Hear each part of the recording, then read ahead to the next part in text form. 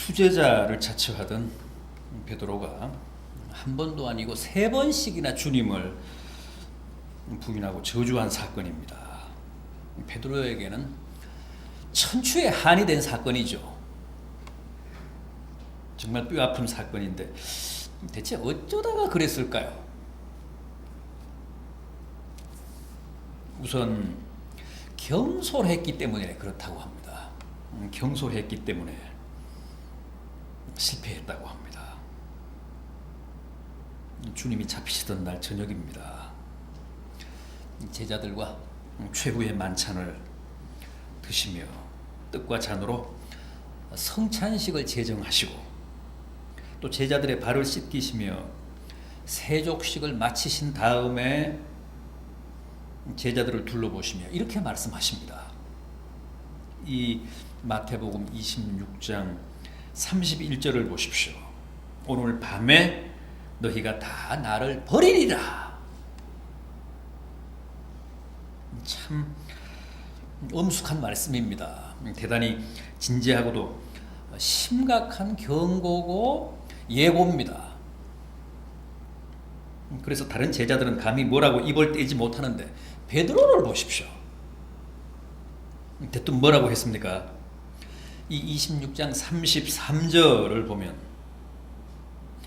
모두 주를 버릴지라도 나는 결코 버리지 않겠나이다 그럽니다. 또 이어지는 34절 베드로의 그 말을 듣고 주님이 다시 내가 진실로 내게 이르노니 오늘 밤 닭 울기 전에 내가 세 번 나를 부인하리라 그러시면서 더 구체적으로 경고하시는데 그때도 베드로는 여전히 큰 소리를 치며 장담합니다. 35절 보십시오. 내가 주와 함께 죽을지언정 주를 부인하지 않겠나이다. 누가복음 22장 33절에서 이 대목을 보면 내가 주와 함께 오게도 죽는데도 같이 가기를 각오하나이다 그랬습니다. 참 대단한데 그러나 신앙생활은 누구도 이렇게 장담할 수 없는 거 아닙니까? 장담해서는 안 되는 거 아닙니까? 언제 어떻게 실족할지 아무도 모릅니다. 그래서 결코 방심하면 안 됩니다. 큰 소리 치면 안 됩니다. 허세를 부리거나 무슨 허풍을 떨면 안 됩니다. 바울은 고린도전서 10장 12절에서 선줄로 생각하는 자는 넘어질까 조심하라 그랬습니다. 언제나 긴장해야 되고 언제나 필요한 만큼 근신해야 한다는 뜻입니다. 그런데도 베드로는 주님의 진지하고도 엄숙한 경고에도 불구하고 너무 쉽게 너무 경솔하게 큰 소리를 치며 허세를 부리다가 결국은 당한 겁니다. 참패했습니다. 다 주를 버릴지라도 나는 안 버리겠다. 죽을지언정 주를 부인하지 않겠다. 주님이 옥에 가시면 옥에도 따라가고 뭐 죽는 데 가시면 죽는 데도 같이 가겠다. 그렇게 큰 소리를 있는 대로 치다가 또 그렇게 허무하게 그렇게 쉽게 무너지고 말았습니다. 여러분, 신앙생활은 늘 두렵고도 떨리는 마음으로 하는 겁니다. 절대 큰 소리 치거나 장담하며 할 일이 아닙니다. 베드로는 그러다가 결국 실패하고 말았습니다. 다음은 졸다가 또 당했습니다. 졸다가 실패했습니다. 이 26장 40절 41절을 보십시오. 마태복음 26장 40절 41절 제자들에게 오사 그 자는 것을 보시고 베드로에게 이르시되 말씀하시되 너희가 나와 함께 한 시간도 이렇게 깨어 있을 수 없더냐. 시험에 들지 않게 깨어 있어 깨어 기도하라. 마음에는 원이로되 육신이 약하도다. 38절을 보면 분명 주님이 그렇게 당부하십니다. 내 마음이 매우 고민하여 죽게 되었으니 너희는 여기 머물러 나와 함께 깨어있으라. 그럼에도 베드로는 자고 있습니다. 도대체 지금이 어떤 때입니까? 주님 생애에 가장 긴박하고 위급한 순간 아닙니까? 일생일대 위기의 순간입니다. 오죽하면 주님이 내 마음이 고민하여 죽게 되었다고 하셨겠습니까? 그렇게 절박한 때, 그렇게 기도가 절실한 때, 좀 나와 함께 깨어있어 기도하라고 당부하셨음에도 불구하고 베드로는 잤습니다. 누가복음 22장을 보면 주님은 이때 땀을 핏방울처럼 흘리며 기도하셨습니다. 그렇게 목숨을 걸고 비상한 기도를 드리고 계셨습니다. 그럼에도 베드로와 제자들은 팔자 좋게 자고 있었다는 겁니다. 그것도 주님이 3번씩이나 와서 깨웠습니다. 그런데도 세상 모르고 잔 겁니다. 그래서 필연적으로 실패했습니다. 시험에 들지 않게 깨어 기도하라. 무슨 뜻입니까? 깨어 기도하지 않으면 누구나 시험에 들 수밖에 없다는 거죠. 사실 우리가 겪는 대부분의 시험은 바로 여기에서 옵니다. 근신하지 않고 깨어있지 않고 기도하지 않고, 그래서 결국은 시험에 드는 겁니다. 우리가 자주 실패하는 원인도 바로 깨어있지 못하고 기도하지 않기 때문에 당하는 겁니다. 베드로처럼, 제자들처럼 이렇게 긴박한 순간에, 비상한 순간에 졸거나 자면 누구든 시험에 빠집니다. 실패할 수밖에 없습니다. 그렇다면 우리가 왜 깨어있지 못하고 졸게 될까요? 왜 잠에 떨어지게 될까요? 주님이 자고 있는 베드로에게 뭐라고 하셨습니까? 마음에는 원이로되 육신이 약하도다.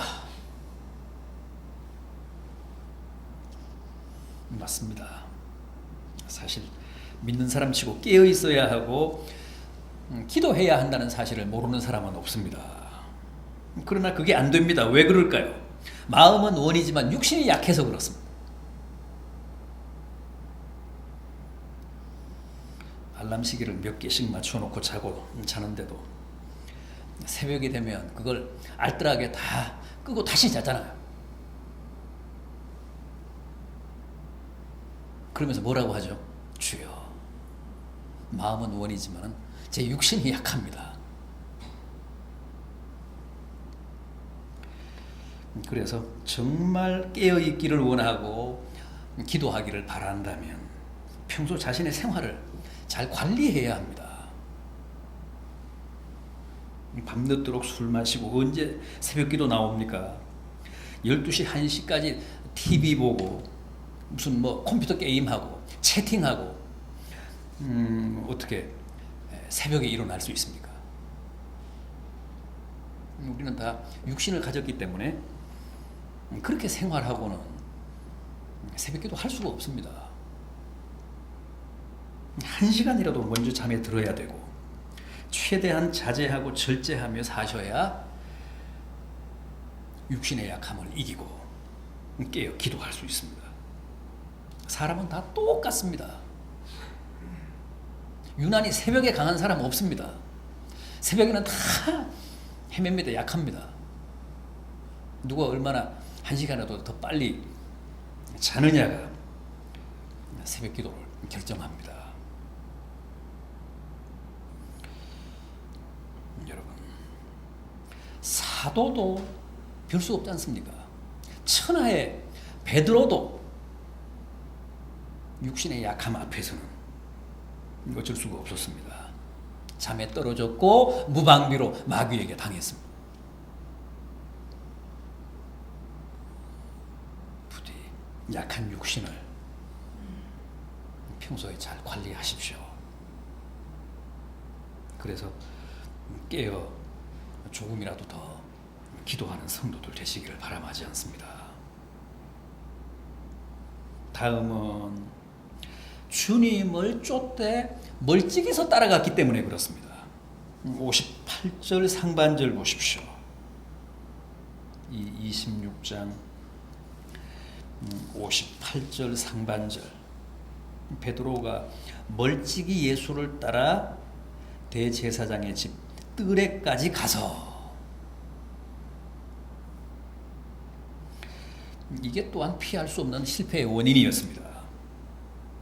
주님을 따르는 사람은 늘 말씀을 드립니다만 주님 뒤를 바짝 쫓아야 합니다. 절대 멀찍이서 따라가면 안 됩니다. 우리가 그런 경험 많이 하지 않습니까? 자동차로 여러 대가 이동을 할 때 앞차를 바짝 쫓아가야지 뒤처지면 다른 차들이 끼어들어서 선도차를 당장에 놓칩니다. 마찬가지입니다. 우리가 주님을 따라갈 때도 바짝 쫓아가야지 멀찍이서 따라가다가는 결국 주님을 잃어버리고 맙니다. 양은 앞서가는 목자를 바짝 따라가야 합니다. 뒤처지면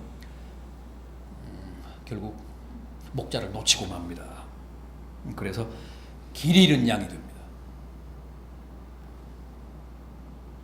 그럼에도 왜 많은 사람들이 오늘 본문의 베드로처럼 주님을 멀찍이서 따라갈까요?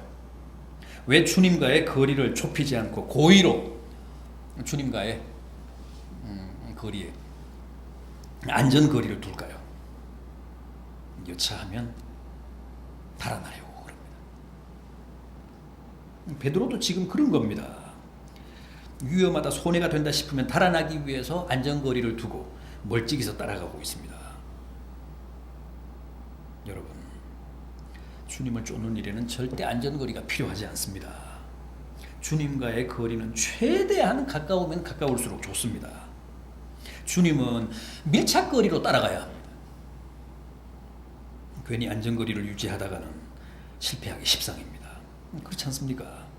부부 사이도, 연인 사이도, 친구 사이도 틈이 생기면 자꾸만 그 거리가 벌어져서 결국은 파경을 맞습니다. 파국이 옵니다. 주님과의 관계도 꼭 같습니다. 황당한 것은 가끔 교회 생활 오래 했다는 집사 권사님들이 초신자들에게 그렇게 충고합니다. 교회에 너무 깊이 들어가지 마. 교회 일에 너무 발을 깊이 들여놓지 마. 많은 걸 알면 다쳐. 그저 멀찍이서 따라가. 그게 세상 편해. 그런 충고 많이 들어보셨죠?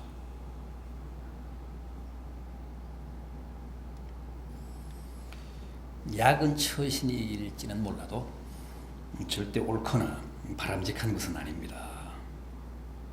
그렇게 신앙생활 하는 사람은 수십 년을 믿어도 항상 그 자리거나 아니면 지리멸렬해서 도태되고 맙니다.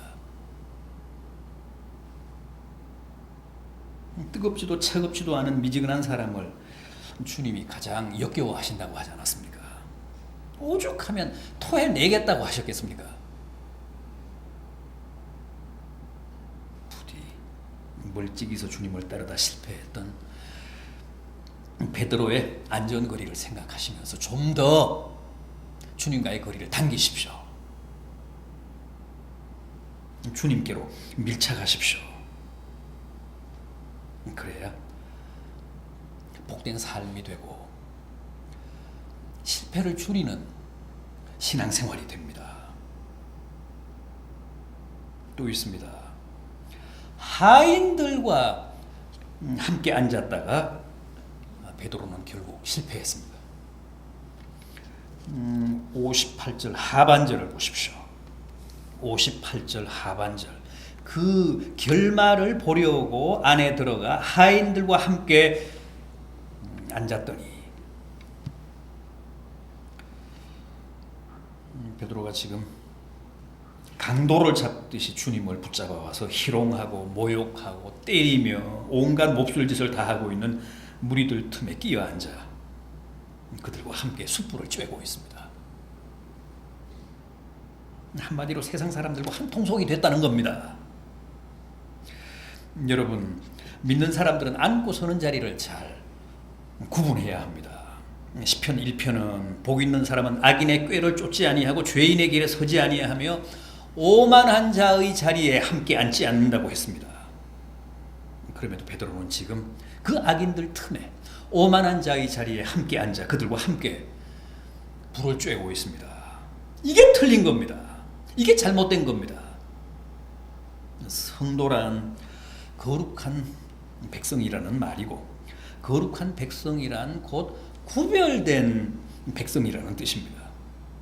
따라서 성도는 비록 세상에 살지만 세상과 타협하면 안 됩니다. 세상과 같이 놀아나면 안 됩니다.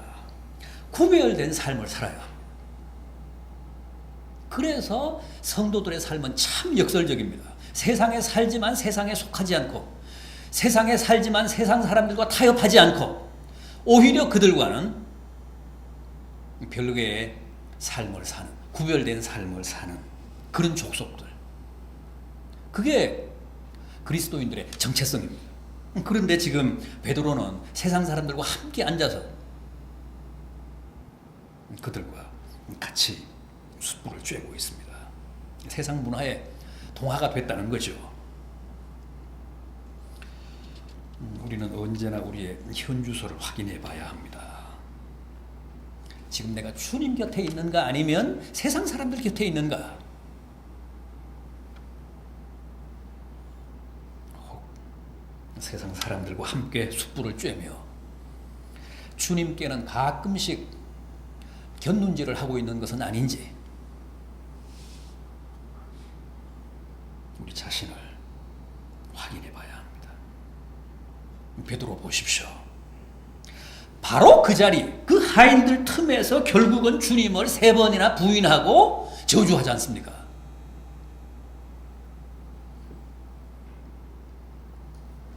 자, 그럼 이번에는 그렇게 참혹한 실패를 맛본 베드로가 과연 그 위기를 어떻게 극복했는지 한번 보겠습니다. 사실 베드로의 가장 위대한 점이 바로 이겁니다. 우리는 누구나 실패할 수 있지 않습니까? 위대한 베드로도 이렇게 실패했다면 우리는 뭐 더 말할 것도 없습니다. 늘 육신적인 한계에 갇혀 살기 때문에 자칫하면 시험에 빠질 수 있습니다. 엎어지고 자빠질 수 있습니다. 특히 베드로는 성격이 정서가 참 단순했으며 또 다혈질이었습니다. 그래서 실수가 많았고 실패가 잦았습니다. 그런데 그때마다 놀라운 영적인 순발력을 발휘했습니다. 그래서 실패를 극복하고 오뚜기처럼 다시 서곤했습니다. 그게 그의 최대 장기고 최대 장점이었습니다. 그는 먼저 주님의 말씀을 생각했습니다. 오늘 우리가 함께 본 그 마지막 75절 상반절을 보십시오. 26장 75절 상반절.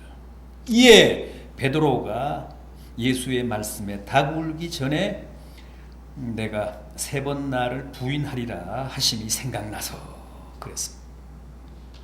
주님의 말씀을 그 위기의 순간에 용케 생각한 겁니다. 기억해낸 겁니다.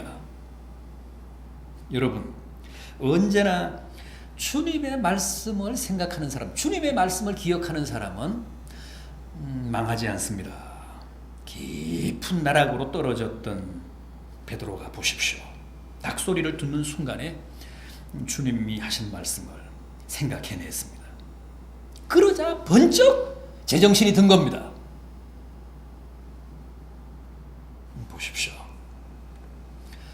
베드로 얼마나 대단합니까?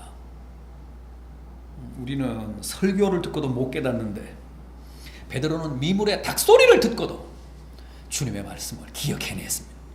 생각해냈습니다.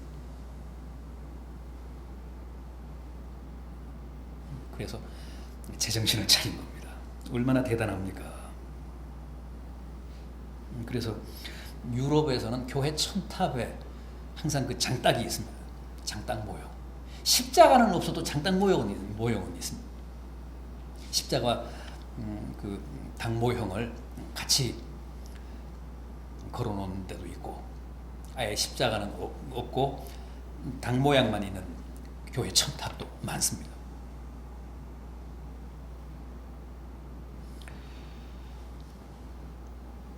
닭소리를 듣고 늘 주님의 말씀을 기억하며 살라는 겁니다.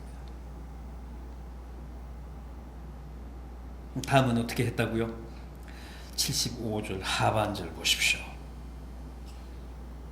주님의 말씀이 생각나서 정신이 번쩍 들자 당장 지체하지 않고 밖으로 나가서 심히 통곡했다고 합니다. 눈물로 회개했다는 겁니다. 통회하며 자복했다는 뜻입니다.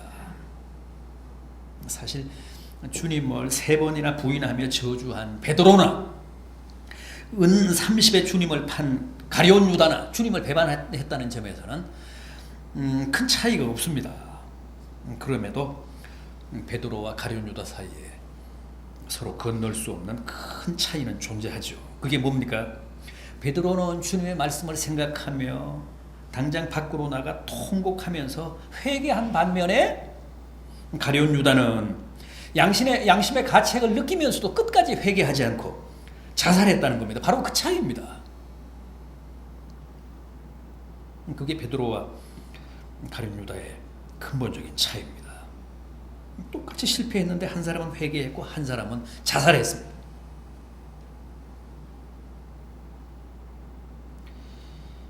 부디 베드로에게서 이런 영적인 순발력을 배웁시다. 그래서 비록 실패했을지라도 말씀을 생각하며 지체하지 않고 통회함으로 용서함을 얻고 본래의 자리와 본래의 지위를 회복하는 복된 성도들, 또 복된 우리 푸른교회 남선교회 회원들이 되시기를 진심으로 기원합니다.